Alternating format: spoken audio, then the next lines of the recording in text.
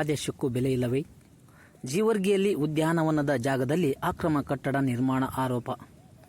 ಜೀವರ್ಗಿ ತಾಲೂಕಿನ ಪುರಸಭೆ ವ್ಯಾಪ್ತಿಯಲ್ಲಿ ಸಾರ್ವಜನಿಕ ಉದ್ಯಾನವನಗಳಿಗೆ ಮೀಸಲಾದ ಜಾಗಗಳ ಪೈಕಿ ಸುಮಾರು 27 ಉದ್ಯಾನವನಗಳು ಜಾಗಗಳು ಖಾಸಗಿ ವ್ಯಕ್ತಿಗಳ ಹೆಸರಿಗೆ ಅಕ್ರಮವಾಗಿ ವರ್ಗಾವಣೆಗೊಂಡಿವೆ ಎಂಬ ಆರೋಪ ಕೇಳಿಬಂದಿದೆ.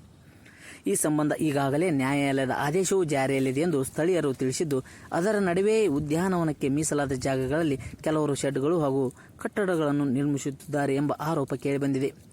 ಸಾರ್ವಜನಿಕರಿಗಾಗಿ ಮೀಸಲಾದ ಉದ್ಯಾನವನದ ಜಾಗಗಳನ್ನು ಯಾವುದೇ ಕಾರಣಕ್ಕೂ ಖಾಸಗಿ ಬಳಕೆಗೆ ಅಥವಾ ಅನಧಿಕೃತ ನಿರ್ಮಾಣಗಳಿಗೆ ಬಳಸಲು ಅವಕಾಶ ನೀಡಬಾರದು. ಆದರೆ ನ್ಯಾಯಾಲಯದ ಆದೇಶ ಹಿನ್ನೆಲೆಯಲ್ಲಿ ಅಗತ್ಯ ಕ್ರಮ ಕೈಗೊಳ್ಳಬೇಕಾದ ಸಂದರ್ಭದಲ್ಲಿ ಅಕ್ರಮ ನಿರ್ಮಾಣಗಳು ನಡೆಯುತ್ತಿರುವುದು ಸಾರ್ವಜನಿಕರ ಆಕ್ರೋಶಕ್ಕೆ ಕಾರಣವಾಗಿದೆ. ನ್ಯಾಯಾಲಯದ ಆದೇಶವಿದ್ದರೂ ಅಕ್ರಮ ನಿರ್ಮಾಣಗಳು ಹೇಗೆ ನಡೆಯುತ್ತಿವೆ?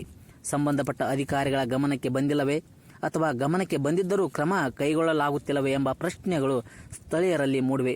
ಉದ್ಯಾನವನದ ಜಾಗಗಳು ಸಾರ್ವಜನಿಕ ಆಸ್ತಿಯಾಗಿದ್ದು ಅವುಗಳನ್ನು ಸಂರಕ್ಷಿಸುವುದು ಸಂಬಂಧಪಟ್ಟ ಸ್ಥಳೀಯ ಸಂಸ್ಥೆ ಹಾಗೂ ಅಧಿಕಾರಿಗಳ ಜವಾಬ್ದಾರಿಯಾಗಿದೆ. ಸಾರ್ವಜನಿಕರಿಗೆ ಮೀಸಲಾದ ಜಾಗಗಳಲ್ಲಿ ಅನಧಿಕೃತ ನಿರ್ಮಾಣಗಳು ನಡೆಯುತ್ತಿದ್ದರೆ ಅವುಗಳ ಬಗ್ಗೆ ಪರಿಶೀಲನೆ ನಡೆಸಿ ಕಾನೂನುಬದ್ಧ ಕ್ರಮ ಕೈಗೊಳ್ಳಬೇಕಾಗಿದೆ. ಅಧಿಕಾರಿಗಳ ನಿರ್ಲಕ್ಷ್ಯದಿಂದಲೇ ಅಕ್ರಮ ನಿರ್ಮಾಣಗಳಿಗೆ ಅವಕಾಶ ಸಿಗುತ್ತಿದೆ ಎಂಬ ಆರೋಪವೂ ಸಾರ್ವಜನಿಕರಿಂದ ಕೇಳಿಬರುತ್ತಿದೆ. ಆದರೆ ಈ ಆರೋಪಗಳ ಕುರಿತು ಸಂಬಂಧಪಟ್ಟ ಅಧಿಕಾರಿಗಳಿಂದ ಸ್ಪಷ್ಟನೆ ಪಡೆಯುವುದು ಅಗತ್ಯವಾಗಿದೆ. ತಕ್ಷಣ ಕ್ರಮಕ್ಕೆ ಸಾರ್ವಜನಿಕರ ಆಗ್ರಹ.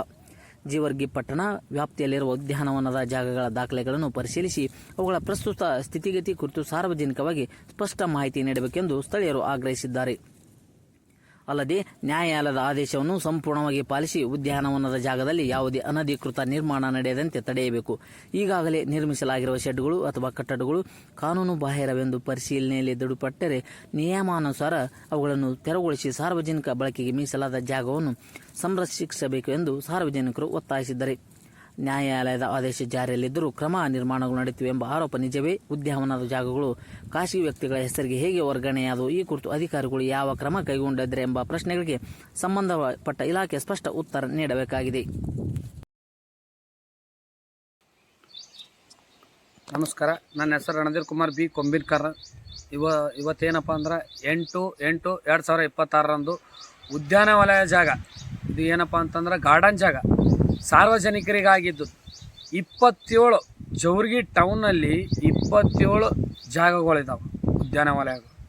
ಅವು ಏನಪ್ಪ ಅಂತಂದ್ರೆ ಯಾರೋ ಒಬ್ಬ ಪುಡಾರಿ ರಾಜಕಾರಣಿಗೆ ಇವತ್ತಿನ ದಿನಲೇ ಅವ್ರ ಹೆಸರಲ್ಲೇ ಆಗ್ಯಾವ. ಹೆಂಗಂತಂದ್ರೆ ಹಣ ಇದ್ದವ್ರಿಗೆ ಮತ್ತು ರಾಜಕೀಯ ಬಲ ಇದ್ದವ್ರಿಗೆ ಮತ್ತು ಏನಪ್ಪ ಅಂತಂದ್ರೆ ಅಲ್ಲಿ ಅಧಿಕಾರಿಗಳು ಯಾರೇ ಗೌರ್ಮೆಂಟ್ ಎಂಪ್ಲಾಯರ್ ಇದ್ದವರಿಗೆ ಅವರಿಗೆ ಈ ಜಾಗವನ್ನು ಮಾಡಿಕೊಟ್ಟಾರ ಪುರಸಭೆ ಅಧಿಕಾರಿಗಳು. ಅದು ಕೇಳಕ್ಕೆ ಸತತವಾಗಿ ಏನಪ್ಪ ಅಂತಂದ್ರೆ ಒಂದು 3 ತಿಂಗಳ 4 ತಿಂಗಳು ಸ್ಟ್ರೈಕ್ ಕೂತಿದ್ರು. ಅದು ಇನ್ನೂ ಬಿ ಕೋರ್ಟಲ್ಲೇ ನಡೆದಿದೆ. ಆದ್ರೂ ಯಾಕೆ ಅಧಿಕಾರಿಗಳು ಸುಮ್ಮನೆ ಕೂತಾರ?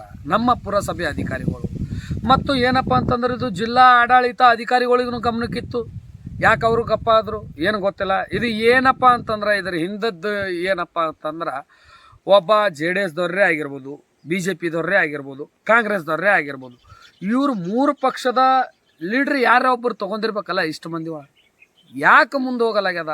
ಅದಕ್ಕೆ ಯಾಕೆ ನ್ಯಾಯ ಸಿಗಲಾಗ್ಯದ? ಯಾಕಪ್ಪ ಅಂದ್ರೆ ನಮ್ಮ ಗಾರ್ಡನ್ ಜಾಗ ನಮ್ಮ ಮಕ್ಕಳಿಗೆ ಆಟ ಆಡ್ಲಕ್ಕ, ನಮ್ಗೆ ಏನಪ್ಪ ಅಂದ್ರೆ ಬೆಳಗ್ಗೆ ಎದ್ದು ವಾಕಿಂಗ್ ಮಾಡೋಕೆ, ಸಾಯಂಕಾಲ ಏನೋ ಮನಸ್ಸು ಬರಲಿಲ್ಲ ಅಂದ್ರೆ ಹೋಗಿ ಕೂಡ್ಬೇಕಂತೇಳಿ ಇದ್ದದ್ದು ಅಂಥ ಜಾಗ ಇವತ್ತಿನ ದಿನಲೇ ಲೂಟಿ ಮಾಡ್ಯಾರ ಅಂತಂದ್ರೆ 27 ಏನೋ ಒಂದು ತೊಗೊಂಡಾರಪ್ಪ ಹೋಲ್ಬಿಡು ಅಂತೇಳಿ 27 ತೊಗೊಂಡು ಮನೆ ಕಟ್ಟಡ ಮಾಡ್ಯಾರ. ಮತ್ತೇನಪ್ಪ ಅಂದ್ರೆ ಮೇಲಾಗಿ ಸೆಡ್ ಹೊಡೆದಾರ. ಮತ್ತು ಯಾಕೆ ಸರ್ಕಾರ ಕಣ್ಣು ಮುಚ್ಕೊಂಡು ಕುಂತಿದೆ? ಇಲ್ಲಿ ಇರ್ತಕ್ಕಂಥ ಸಿಬ್ಬಂದಿ ಏನಪ್ಪ ಅಂತಂದ್ರೆ ಪುರಸಭೆ ಸಿಬ್ಬಂದಿ ಏನಾದ ಚೀಫ್ ಆಫೀಸರು ಯಾಕೆ ಸುಮ್ಮನೆ ಕೂತ್ಕೊಂಡಾರ? ವಿಚಾರ ಮಾಡ್ಬೇಕಲ್ಲ. ಯಾಕಂದ್ರೆ ಏನೋ ಒಂದು ಫೀಟ್ ಜಾಗ ಇಲ್ಲಿ ನಮ್ಮ ಮನೆ ಅಕ್ಕಪಕ್ಕನೇ ಒಂದು ಫೀಟ್ ಜಾಗ ಬಂದದಂದ್ರೆ ಏನೋ ಕಿರಿಕಿರಿ ಮಾಡಿ ಪೊಲೀಸ್ ಸ್ಟೇಷನ್ಗೆ ಹೋಗಿ ಏನೇನೋ ಮಾಡಿ ಕೋರ್ಟ ಕಚೇರಿಗೆಲ್ಲ ಹೋಗಿ ನಾವೊಂದು ಫೀಟ್ ಜಾಗ ಬರ್ತದ್ರಿ ನಮ್ಗೆ ಬಿಡಬೇಕು ಅಂತ.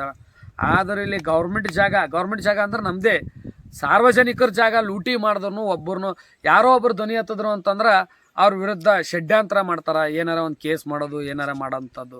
ಯಾಕೆ ನಮ್ಮ ಇಲ್ಲಿ ಇರ್ತಕ್ಕಂಥ ಜವರ್ಗಿಯಲ್ಲಿ ಇರ್ತಕ್ಕಂಥ ಅಧಿಕಾರಿಗಳು ಕಣ್ಣು ಮುಚ್ಕೊಂಡು ಕೂತಾರೋ, ಏನು ಜಿಲ್ಲಾದಲ್ಲಿ ಇರ್ತಕ್ಕಂಥ ಜಿಲ್ಲಾ ಅಧಿಕಾರಿಗಳು ಕಣ್ಣು ಮುಚ್ಕೊಂಡು ಕೂತಾರೋ, ಏನು ರಾಜ್ಯದಲ್ಲಿ ಇರ್ತಕ್ಕಂಥ ಅಧಿಕಾರಿಗಳು ಕಣ್ಣು ಮುಚ್ಕೊಂಡು ಕೂತಾರೋ, ಏನು ಇಲ್ಲಿ ಇರ್ತಕ್ಕಂಥ ಮಾನ್ಯ ಶಾಸಕರಿಗೆ ಇದು ಗಮನಕ್ಕಿದ್ರೂ ಶಾಸಕರ ಗಮನ ತೊಗೊಂಡಿಲ್ಲ. ಯಾಕೆ ಒರೆಸಿಲ್ಲೋ ಅದು ನನಗೆ ಗೊತ್ತಿಲ್ಲ.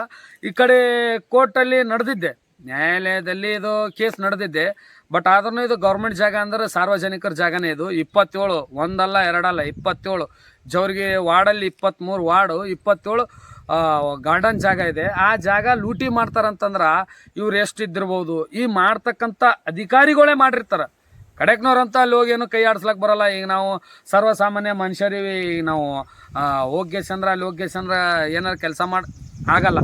ಅಲ್ಲಿ ಇರ್ತಕ್ಕಂಥ ಸಿಬ್ಬಂದಿನೇ ಏನೋ ದುಡ್ಡಿಗಾಗಿಯೋ ಮಾಡ್ಯಾರೋ ಏನು ಎದಕ್ಕಾಗಿ ಮಾಡ್ಯಾರೋ ಗೊತ್ತಿಲ್ಲ.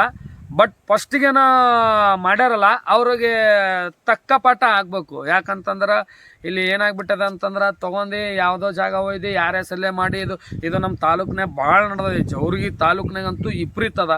ಯಾರ್ದೋ ಹೊಲಕ್ಕೋ ಯಾರೋ ಬೆಳೆ ಅವ್ರು ಹಾಕಿರ್ತಾರೆ, ಹೋಗ್ಯಸಂದ್ರೆ ಇವ್ರು ರಾಶಿ ಮಾಡ್ಕೊಂಬರ್ತಾರೆ. ಯಾರ್ದೋ ಹೊಲದಾಗಾರೆ ಹೋಗ್ಯಸಂದ್ರೆ ಇದು ಮಾಡ್ತಾರೆ. ಇಂಥವೆಲ್ಲ ಭಾಳ ನಮ್ಮ ತಾಲೂಕ್ದಾಗ.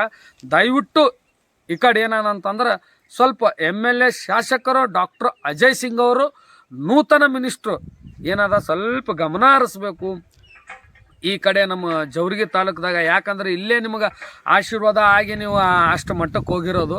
ಸ್ವಲ್ಪ ಈ ಕಡೆ ಗಮನ ಹರಿಸ್ರಿ, ಏನು ಬೇಡ. ನಮ್ಮ ತಾಲೂಕಿನಾಗ ಸ್ವಲ್ಪ ಗಮನ ಹರಿಸ್ರಿ. ಅವು 27 ಅದಾವಲ್ಲ ಗಾರ್ಡನ್ ಜಾಗ, ಅವು ಸ್ವಲ್ಪ ಬಿಡಿಸ್ಕೊಟ್ರಿ ಅಂತಂದ್ರೆ ನಾನೇ ನಿಮಗೆ ಶ್ರೇಷ್ಠಾಂಗ ನಮಸ್ಕಾರಗಳನ್ನು ಹಾಕ್ತೀನಿ ಸರ್. ಏನಪ್ಪ ಅಂತಂದ್ರೆ ಅಲ್ಲಿ ಗೌರ್ಮೆಂಟ್ ಗ್ರಾಮ ಠಾಣ ಮತ್ತು ಕೆರೆ ಒತ್ತುವರಿ ಮಾಡ್ತಾರೆ. ಕೆರೆ ಯಾರು ಸಲಕ? ನಮ್ಮ ಸಲಕ, ಸಾರ್ವಜನಿಕರ ಸಲಕ. ಯಾರೋ ಒಬ್ಬ ಏನಪ್ಪ ಅಂತಂದ್ರೆ ಕಾಂಗ್ರೆಸ್ದವರೇ ಆಗಲಿ, BJPಯವರೇ ಆಗಲಿ ಮತ್ತು JDSದವರೇ ಆಗಲಿ, ಯಾವುದೋ ಒಬ್ಬ ಪಕ್ಷದ ಒಬ್ಬ ಕಾರ್ಯಕರ್ತ ಏನೋ ಒತ್ತುವರಿ ಮಾಡ್ದ ಅಂತಂದ್ರೆ ಅವ್ರು ನಮ್ಮವ್ರು ಆರಪ್ಪ ಅಂತೇಳಿ ಅಂದ್ರೆ ಕಣ್ಣು ಮುಚ್ಕೊಂಡು ಕೂಡೋದು ಇದು ಯಾವನೇ ಹೇಳ್ರಿ. ಇದು ಅಲ್ಲಿ ಏನು ಗೌರ್ಮೆಂಟ್ದದ ಅದು ಗೌರ್ಮೆಂಟ್ಗೆ ಇರಲಿ ಸ್ವಲ್ಪ. ಯಾಕಂದ್ರೆ ಸಾರ್ವಜನಿಕರಿಗೆ ಒಳ್ಳೇದಾಗಲಿ ಅಂತೇಳಿ ಗೌರ್ಮೆಂಟ್ ಇದು ಮಾಡಿರ್ತದಲ್ಲ. ಅದು ನಾವು ಯಾರೋ ಒಬ್ಬರು ಒತ್ತುವರಿ ಮಾಡಿದ್ರೆ ಯಾವ ಥರ ಅದು ಕೇಳೋರಿಲ್ಲ ಅಂತೇಳಿ ಆಗ್ಬಿಟ್ಟದ ನಮ್ಮ ತಾಲೂಕಿನಾಗ. ಸ್ವಲ್ಪ ಇತ್ತ ಕಡೆ ಸ್ವಲ್ಪ ಗಮನ ಹರಿಸ್ಬೇಕು ಎಲ್ಲರೂ. ಇಲ್ಲ ಬರ್ತಕ್ಕಂಥ ಏನಪ್ಪ ಅಂತಂದ್ರೆ ದಂಡ ಅಧಿಕಾರಿಗಳು ಸ್ವಲ್ಪ ಗಮನ ಹರಿಸ್ಬೇಕು ಮೇಡಮ್ ಈ ಕಡೆ. ಯಾಕಂದ್ರೆ ನಮ್ಮ ತಾಲೂಕು ಪೂರ ಗಬ್ಬೆದೋಗ್ಯದ. ನಿಮ್ಲಿಂದರೇ ಶುದ್ಧ ಆಗಲಿ ಅಂತೇಳಿ ಅಂದ್ರೆ ನಾನು ನಮಸ್ಕಾರ ಹೇಳ್ತೀನಿ ನಿಮ್ಗೆ. ಮತ್ತೇನಪ್ಪ ಅಂದ್ರೆ ನನ್ನ ಹೆಸರು ರಣಧೀರ್ ಕುಮಾರ್ B. ಕೊಂಬಿನ್ಕರ್.